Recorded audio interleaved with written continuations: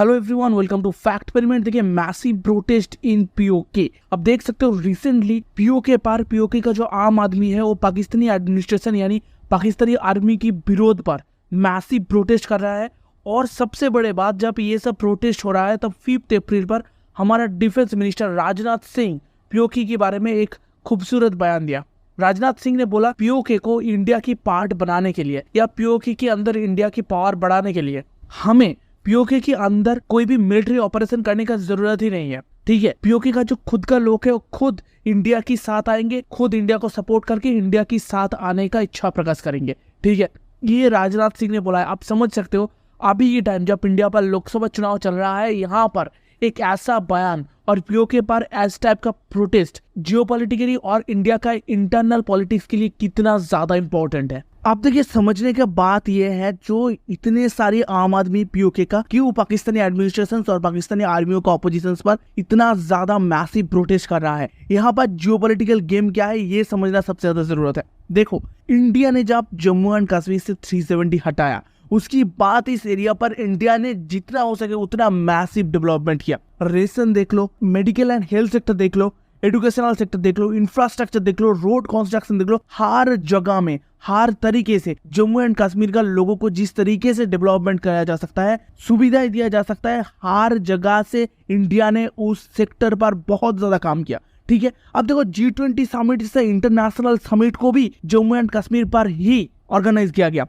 अब समझ सकते हो क्यों किया गया, क्योंकि इंडिया पर और भी बहुत सारी जगह था, बहुत सारी खूबसूरत जगह था जहां पर इंडिया ये समिट को ऑर्गेनाइज कर सकते, मगर सिर्फ जम्मू एंड कश्मीर पर ही क्यों किया? क्योंकि ये ना एक मैसेज है इस एरिया के लोगों के लिए।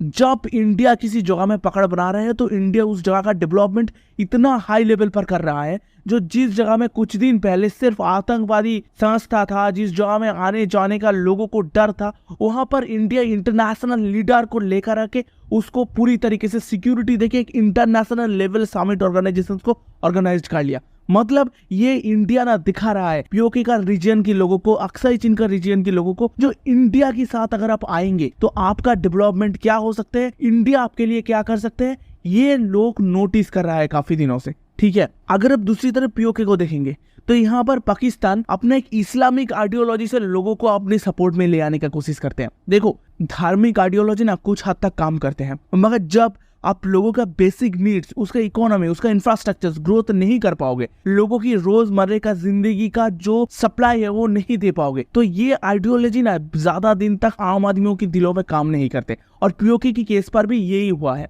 पीओके का लोग पहले बहुत ज्यादा इस्लामिक आइडियोलॉजी पर इन्फ्लुएंस्ड होते थे, मगर आप उन लोगों को समझ में आ रहा है जो इतने सालों में इस्लामिक आइडियोलॉजी के नाम पे पाकिस्तान तो हमें फ्रॉड किया।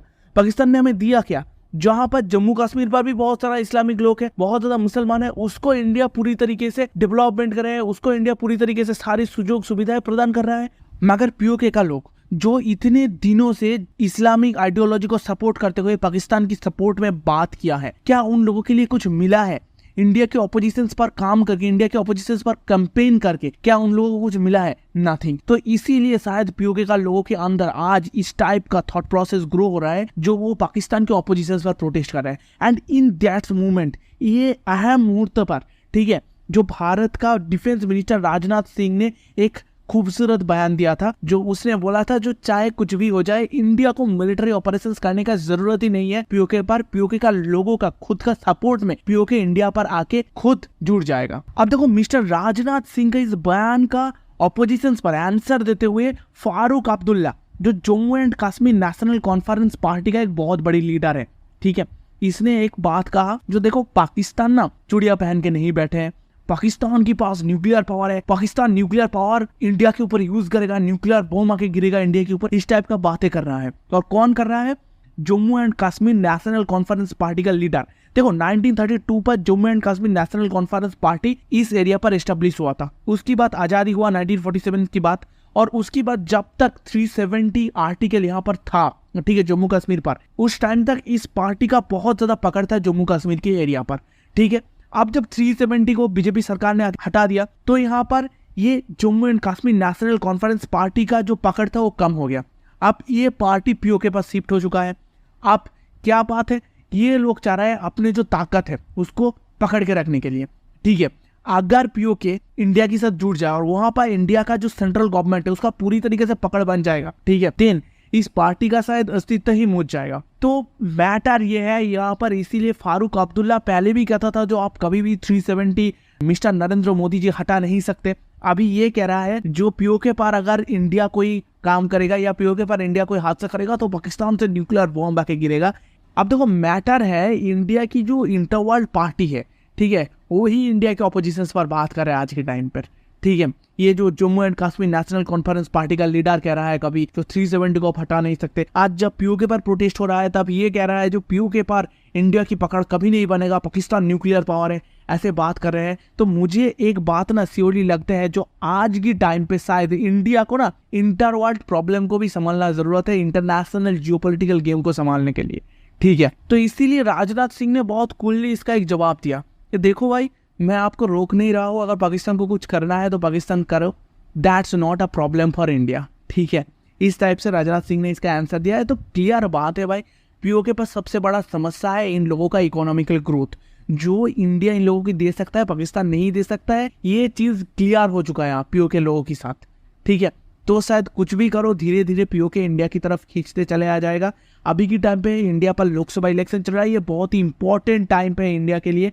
तो शायद फ्यूचर में ये लोकसभा इलेक्शंस की बात, इंडिया शायद यहाँ पर कोई मैसिव ऑपरेशन, अंडरग्राउंड ऑपरेशन कर सकता है, जो शायद डायरेक्ट मिलिट्री ऑपरेशन नहीं होगा, मगर धीरे धीरे पीओके पर इंडिया की ताकत बनाने का एक आसान रोड बनाने का कोशिश होगा, ठीक है। और सबसे बड़े बात मैं आपको कह रहा हूँ ना, आप एक बात हमेशा नोटिस करिए, इंडिया की जितने सारे मीडिया है वो मीडिया हर बार पाकिस्तानी जो इकोनॉमिकल डाउनफॉल है उसको हर बार दिखाते हैं, उसको हर बार कवरेज देते हैं। आपको समझ में आएगा तो इंडिया मीडिया ऐसा क्यों करते हैं, ठीक है। जो हमें पाकिस्तान के साथ क्या लेना देना है, पाकिस्तान एक तरफ पड़े है, उसका इकोनॉमी डाउन हो रहा है, चाहे जो हो जाए हमारा क्या फर्क पड़ता है, ठीक है। मगर बात ऐसा नहीं है, बात इंडियन मीडिया इसको हर बार कवरेज इसलिए देते हैं जो अक्साई चीन पीओके जिस जिस जगह पर आज के टाइम पे पाकिस्तान की पकड़ है उस जगह के लोगों को ये रिमाइंडर देना बार बार, तो देखो आप जिसको सपोर्ट कर रहे हो वो आपकी इकोनॉमिकल ग्रोथ के लिए काम कर ही नहीं पाएगा, क्योंकि उसकी खुद की पास इकोनॉमिकल ताकत नहीं है, वो आपको क्या सुযোগ सुविधाएं देंगे। मगर अगर आप इंडिया के साथ आओगे तो इंडिया आपको वो सारी आपकी जरूरतें चीज दे सकते हैं, ठीक है।